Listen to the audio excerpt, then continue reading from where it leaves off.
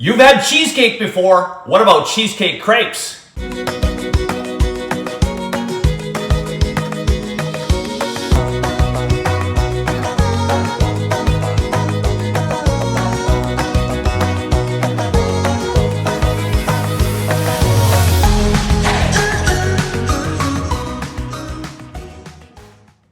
Hey, Chef Des, coming at you from my kitchen again, corporate chef of BC Egg. Yeah, today we're gonna make blueberry cheesecake crepes. These crepes are amazing, and you're going to absolutely love this recipe. Let's get busy. The first thing we're gonna do is we're going to make the crepe batter. And we wanna make that first because after it's processed, after it's come together, you're gonna wanna let that gluten relax for a little bit. So about a half hour at room temperature, or stick it in your fridge for a few hours. You can actually make it the night before and stick it in your fridge overnight. So you have your crepe batter ready to go first thing in the morning if you're making it for breakfast. We're gonna add a few ingredients to our blender. 1/2 cup of all-purpose flour, 1/2 cup of milk, 1/4 cup of water, 2 large BC eggs. Always remember that every single large BC egg has 14 key nutrients, all 9 essential amino acids, over 6 grams of the highest quality protein you can get, and 1 large egg, it's only 80 calories. So we're gonna have 2 of these in our crepe batter,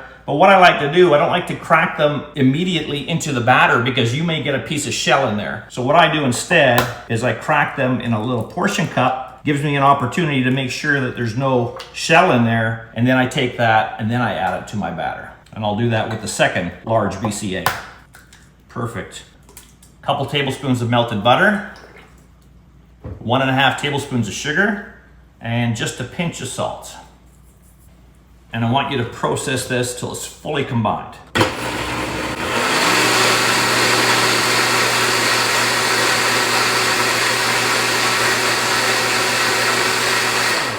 And that's how easy a crepe batter is. So I'm just gonna let this set aside as we make the other components of this fantastic recipe.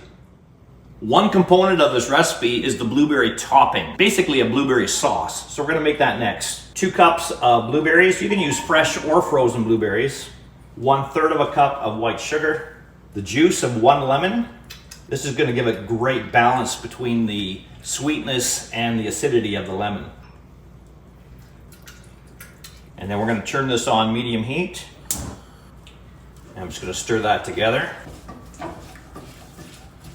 So you just wanna let this cook for about 3 or 4 minutes until the berries start getting warm and start breaking up. And we're going to help that with a potato masher once we get to that point.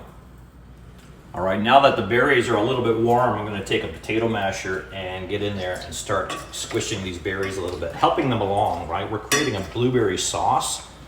So we want to have a little bit of texture with the blueberries, but we want to mash them so they can become combined in the sauce. And that's gonna release a lot of their liquid too from those blueberries. That looks a lot better.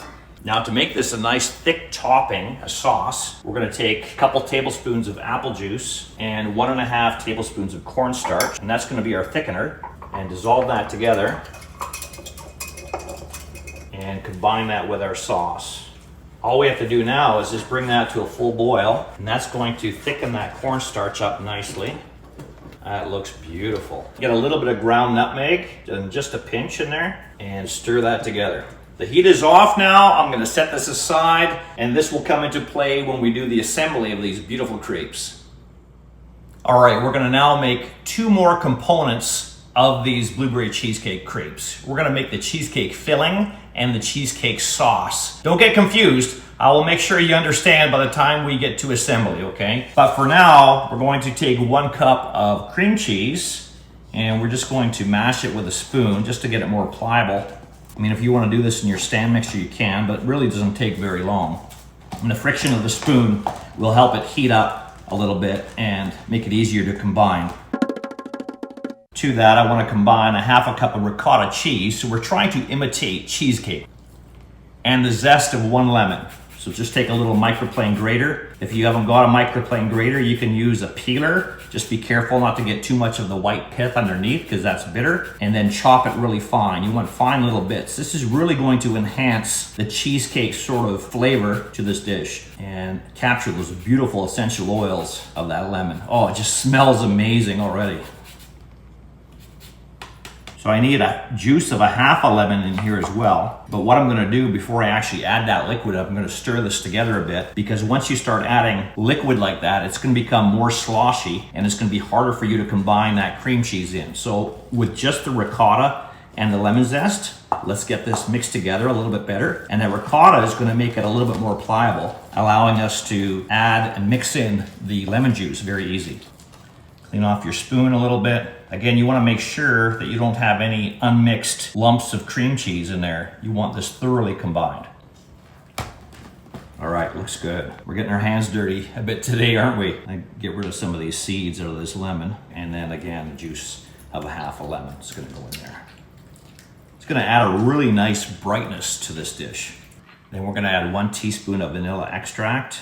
And we haven't sweetened this at all yet, so we need to add some sugar to it. So what we're gonna do is add 1 cup of icing sugar. I chose icing sugar because it's gonna help it bind together a little bit better. Plus, it's going to dissolve very easily. If you were to use granulated sugar in this mixture that's not being cooked, you may have granules of sugar in the end, which we don't want. So I'm just gonna take it, and we're sifting it because, as you know, look at the lumps that you get with icing sugar, right? We don't want those lumps in there. We want this fully combined. So 1 cup of icing sugar sifted through a wire mesh strainer. Yeah, look at those lumps in the end. So all I do now is I just press them through to make sure we have that full measurement of sugar in there.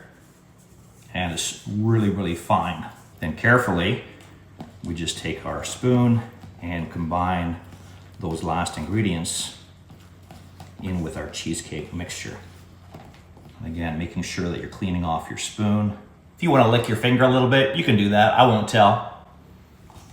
Okay, so we're going to make the cheesecake filling now. So just so you have a preliminary understanding, we're going to have crepes. We're going to roll them up with a little bit of filling. We're going to top them with the cheesecake sauce, and then we're going to top them with the blueberry topping, which was that blueberry sauce that we made. Okay, so for the filling, we have 2 cups of blueberries. Again, you can use fresh or frozen, but I prefer fresh when you're mixing it with this white mixture, the cheesecake part, because the frozen ones are gonna bleed into this and the whole thing's gonna turn blue. So in order to keep it a little bit contrasting in color, I like to use fresh, but really either will work. So I'm gonna take 1 cup of this cheesecake mixture that we just did, and I'm gonna add it to that 2 cups of blueberries and combine it.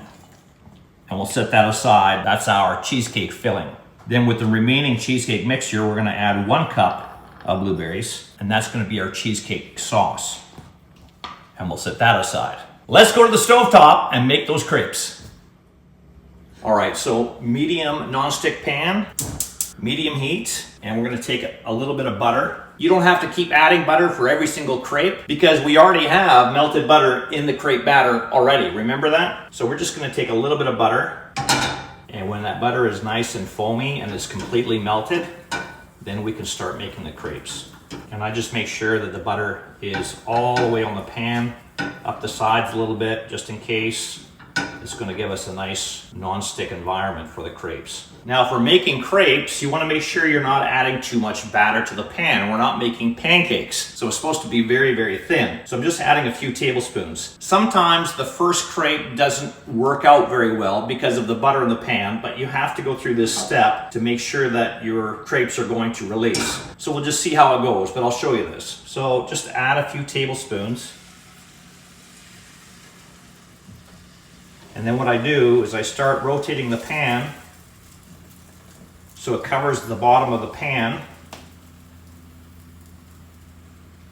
until you can't rotate the batter anymore, okay? Then you let it sit there and you let it cook. And you see what I mean? The first one, because of the initial butter, may look a bit wrinkled, but that's okay. We're just waiting for that to set. Doesn't take long because it is very thin. And then just taking a silicone spatula, releasing it from the pan, and you're just having a little sneak peek to see if it's golden on the other side and get underneath to try and flip it over. You might find this challenging, so what I like to do is just take my fingers and see what I mean. Sometimes the first one doesn't work out as well, so that's okay. It's very slippery, right, because of that butter, and we just try and flatten it out. Let that set and cook on the other side. And this is the chef's crepe, okay? So whoever's making the crepes, they eat that one themselves. So I'll set that one aside for me, but it's still gonna be really tasty. So don't get frustrated with that first one, okay? Now that pan is nice and buttered, I'm gonna take that crepe, put it on a side plate, and we're gonna do this again. I'll show you this one. So again, just a few tablespoons. And just sort of gauge it, how much batter you're putting in as you're swirling it around the pan. Okay, and you just keep swirling it until the batter won't swirl anymore because it's set on the pan. Let it cook. You'll see some little bubbles in there. And as you see it starting to set, take your silicone spatula again, release it around the edges.